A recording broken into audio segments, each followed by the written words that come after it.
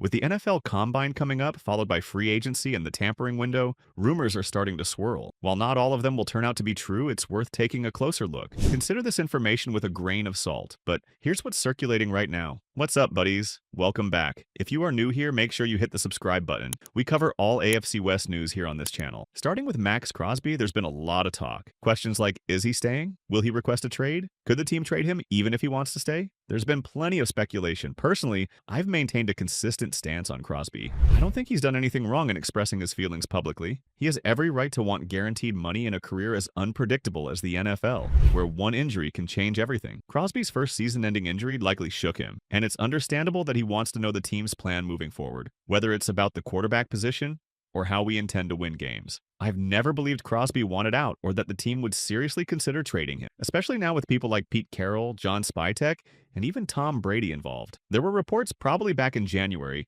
suggesting Tom Brady wouldn't let Crosby leave under any circumstances. But then, on February 8th, Bleacher Report published something intriguing. An NFL insider predicted that Crosby could still find himself involved in trade discussion. This report added fuel to the fire of speculation. About 2 weeks ago, there was a report from NFL insiders predicting that Maxx Crosby might be involved in trade talks this offseason. According to Jeremy Fowler and Dan Graziano being the key source here, a league insider suggested Crosby could be part of trade discussions throughout the offseason. Naturally, this caused quite a stir. People started speculating. Does this mean teams are trying to trade for him? Does he want out? It's important to remember that this is the offseason rumor mill in full swing. The Super Bowl just ended, and now we're in the season of speculation. Just because a player's name comes up in trade talks doesn't mean the team is actively shopping him. It's common for other teams to express interest in standout players like Crosby. If another team makes an overwhelming Godfather offer, then maybe there's a discussion to be had. But it's not like the Raiders are out there trying to move Crosby. More recently, Dan Graziano provided an update on Crosby's situation, which should calm some nerves. He was quoted in an article saying that the Raiders will need to address Crosby's contract situation soon. Last offseason, Crosby and the Raiders adjusted his contract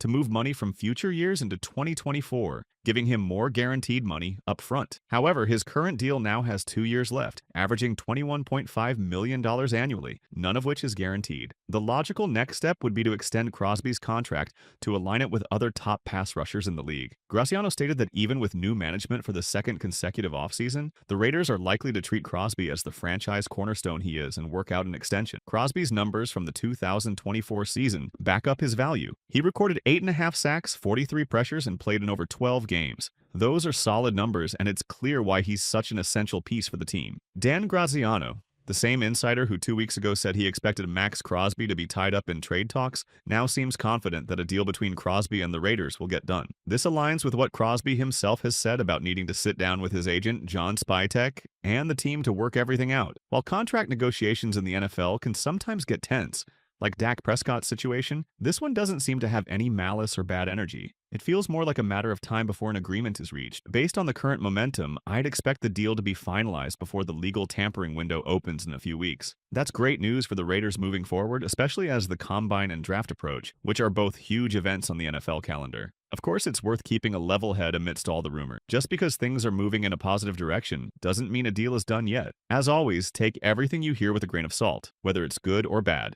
But for now, it seems like the Raiders and Crosby are heading in the right direction. Before diving deeper into that, let me quickly address something else. I've noticed that about 46% of the people watching these videos aren't subscribed to the channel. If you're one of those viewers, why not hit the subscribe button? If this video gets 10,000 views, imagine how many of those viewers could be subscribing. Every bit helps, and your support makes a huge difference. If you're already subscribed, make sure to turn on all notifications for the channel and enable them on your phone. That way, you'll know right away when a new video is uploaded. Here's why that matters. When you watch videos shortly after they are posted, YouTube's algorithm notices the engagement and pushes the content to more people. It's all about likes, comments, shares, and early views.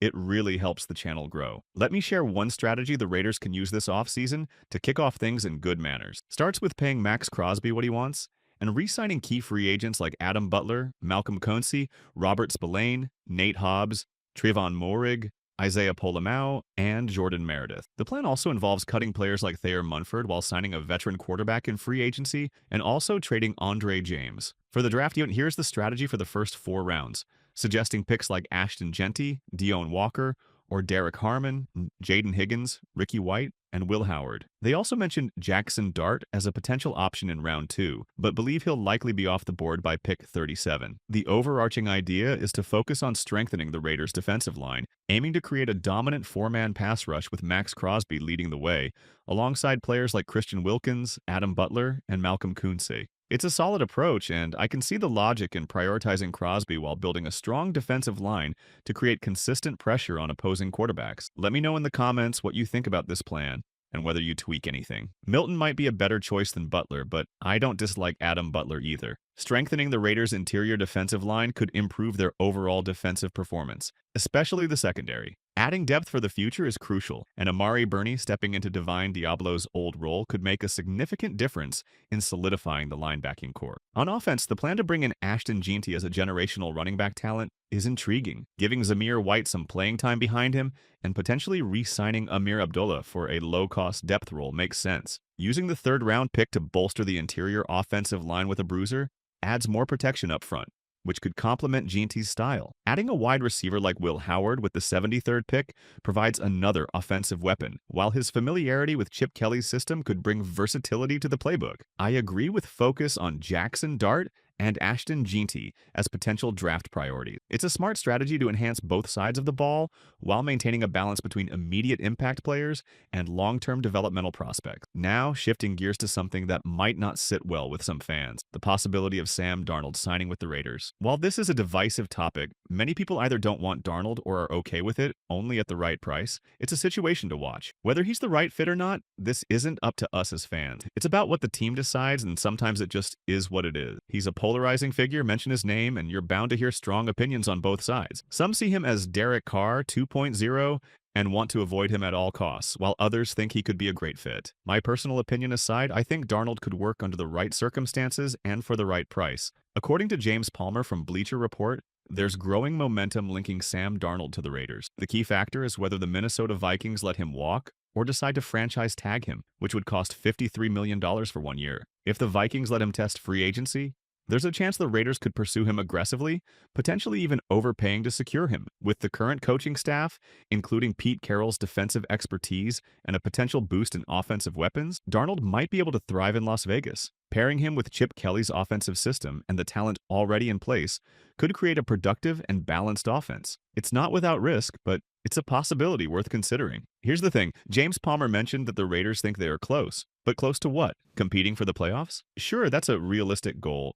They won 4 games last season, and even with the coaching staff and roster as it stood, they could have won 6 or 7 games. Add a good quarterback and some solid weapons, and you're looking at an 8, 9, or even 10-win team. That's close to playoff contention. Now, if we're talking about being close to a Super Bowl, no, that's a stretch. They're not there yet, and I doubt anyone else believes they are either. The idea of being close depends on the context. If it's about taking that next step to be competitive, then yes, they're close. They have one of the best coaching staffs in the league on paper, and with a healthy defense, they could easily be a top 10 unit. But everything hinges on the quarterback position. As for Sam Darnold being linked to the Raiders, it does make sense. The team seems to want a strong, athletic, mobile quarterback who can manage the game, hand the ball off effectively, and make plays when it matters most. While Matthew Stafford might be the ideal choice, Darnold could be a solid second option. A deal for Darnold around $35 million a year seems reasonable. Anything closer to $40 million might be pushing it, but it's not outrageous for a quarterback who has had a 14-win, 35-touchdown season. Players with that kind of upside don't hit free agency often, and while opinions on him vary, there's clearly interest from insiders like Pete Carroll and John Spytek,